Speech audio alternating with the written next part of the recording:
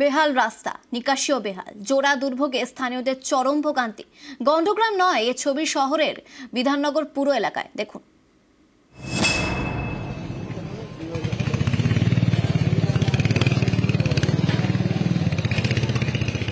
চিংড়িহাটার বাসন্তী colony, Bidhannagar পুরসভার ৩৬ নম্বর word. এখানকার রাস্তা কঙ্কালসার চেহারা। রাস্তা জুড়ে খানা খন্দ, গর্ত। বৃষ্টি হলেই রাস্তায় জল জমে। বর্ষায় স্থানীয়দের দুর্ভোগের এক শেষ। অভিযোগ, ১ বছর আগে রাস্তা সারানো হয়, সারানোর কয়েক মাস পরেই ফের রাস্তা বেহাল। রাস্তায় কাজ কোথায় হচ্ছে? কাজ তো পড়েই আছে, এইভাবেই তো রয়েছে, সব রাস্তাগুলো তো ভেঙে চলে রয়েছে। তাদের সমস্যা কি হচ্ছে আপনাদের? সমস্যা সবারই অসুবিধা হচ্ছে, যেতে আসতে অসুবিধা হচ্ছে। রাস্তাটা ফ্রেশ থাকলে সবারই যেতে আসতে সুবিধা হতো। বেহাল রাস্তায় স্থানীয়দের ভোগান্তি চরমে উঠেছে। মাঝে মধ্যে দুর্ঘটনাও ঘটছে। সব জেনেও পুরসভা কোনো পদক্ষেপ নিচ্ছে না।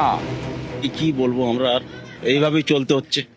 মানে রাস্তায় এরকম খানাখন্দে ভর্তি? হ্যাঁ, এই তো পুরোটাই দেখুন গিয়ে আপনি, পুরোটাই এইরকম চলছে। এটা কত নম্বর ওয়ার্ড? এটা ৩৬ নম্বর ওয়ার্ড। আপনাদের কাউন্সিলরের নাম? চামেলি নস্কর মন্ডল। জানানো হয়েছে এলাকায়?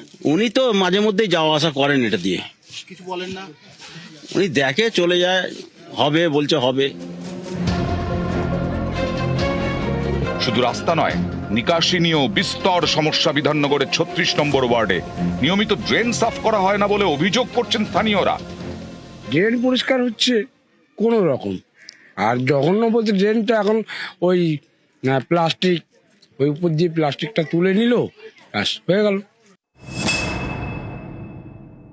সত্যি রাস্তা, কিছু কিছু রাস্তা বেহাল হয়ে রয়েছে, কিন্তু আমরা দেখলাম যে আমাদের গত বোর্ড মিটিংয়ে আমাদের কাছে পেপারস এসেছে, টেন্ডার হয়ে গেছে, প্রায় ওয়ার্ডগুলোতে টেন্ডার হয়ে গেছে, কিন্তু রাস্তা মোটামুটি এখন শুরু হয়ে গেছে, প্রত্যেকটা ওয়ার্ডেই কাজ হবে। রাস্তা ভাঙা, রাস্তা নিয়ে কিন্তু উদাসীন এখনো পর্যন্ত পৌর নিগমের পক্ষ থেকে। কবে সারানো হবে সেটা কিন্তু এখনো পর্যন্ত কেউ স্থিরভাবে বলতে পারছেন না। রাস্তা এখানকার মানুষকে রীতিমতো ভাবিয়ে তুলেছে এবং যথেষ্ট যন্ত্রণা সৃষ্টি করেছে জীবন জীবিকাতে। ক্যামেরায় বিপুল ঘোষের সঙ্গে শঙ্কু সাঁতরা, নিউজ ১৮ বাংলা, কলকাতা।